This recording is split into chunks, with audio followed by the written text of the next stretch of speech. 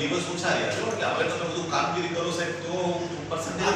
કાલે તમે સલાહ આપો કાલે આપણે તમે કોઈ ટાઈપની કેમ કરી તમે એને પૂછ્યા વસા કીધો સમાજમાં કાલે જેને કઈ હોય મિનિમમ 100 ફોર્મ લઈ આવી શકતા હોય તો અમે કરીએ પછી એવું ન થાય કે અમારી ટીમ આવે અને હા મળે પછી અહીંયા પછી અમારું અહીં નોટકી વ્યક્તિના પિતાજીનું આખું નામ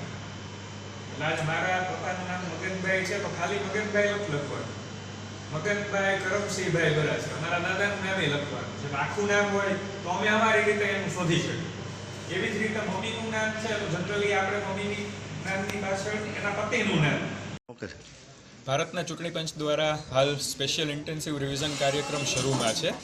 આ બાબતે જિલ્લા કલેક્ટર શ્રી અને જિલ્લા ચૂંટણી અધિકારી શ્રી અમરેલીના માર્ગદર્શન હેઠળ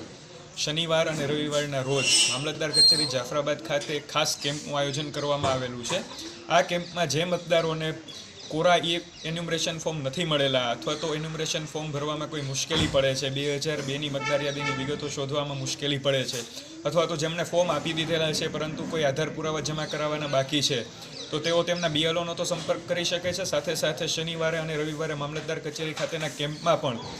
બપોરે 12 થી સાંજના 5 વાગ્યા સુધી શનિવારે તથા રવિવારે સવારે 10 થી સાંજના 5 વાગ્યા સુધી આવીને જે કોઈ મદદ જોતી હોય એ મેળવી શકે છે.